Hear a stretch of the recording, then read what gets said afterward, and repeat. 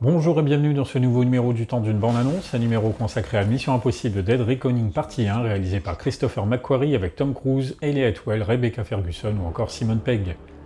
Ethan Hunt et l'équipe de Mission Impossible doivent traquer une nouvelle arme terrifiante qui menace toute l'humanité si elle tombe entre de mauvaises mains. Avec le contrôle de l'avenir et le destin du monde en jeu, une course mortelle autour du globe commence.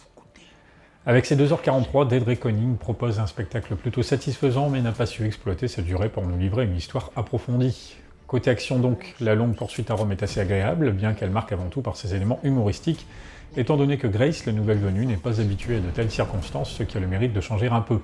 Le final dans le train, bien que spectaculaire également, donne surtout l'impression d'assister à un chaos général avec sa profusion de personnages à bord, Ethan et Grace, Alana et Zola, Kittredge, Gabriel et Paris, et enfin les deux policiers, ce qui représente pas moins de 5 camps différents.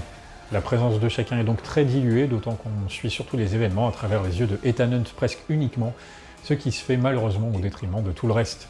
Les amis de Hunt ont à ce titre des rôles quasi anecdotiques, cela vaut même pour Ilsa Faust, dont la survie est pourtant à un moment donné au cœur de l'intrigue. En dépit de l'importance de ce qui lui arrive, on peine à s'impliquer émotionnellement tant la mise en scène de cette séquence ne se met pas à la hauteur de son importance narrative. Et la situation ne respecte pas les règles établies par la saga elle-même. Dès l'introduction du 5e film, Ilsa avait eu le droit à un traitement narratif largement supérieur à celui réservé ici pour Grace. Elle nous avait été présentée notamment comme une excellente combattante et on peine à imaginer qu'elle puisse se faire battre plutôt facilement par un adversaire dont on ignore alors même le simple fait qu'il sache se battre. Ceci est un exemple parmi d'autres du côté poussif et forcé du scénario.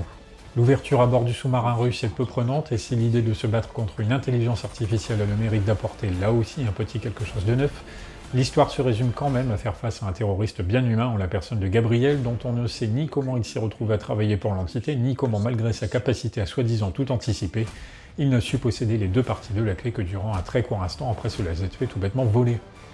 En plus de ses facilités scénaristiques, le film repose sur beaucoup de déjà-vu, le profil d'une voleuse comme dans Amy 2, le système de masque qui casse comme dans Amy 4, sans parler d'un soutien collectif très relatif à la manière des épisodes 2 et 3 par exemple.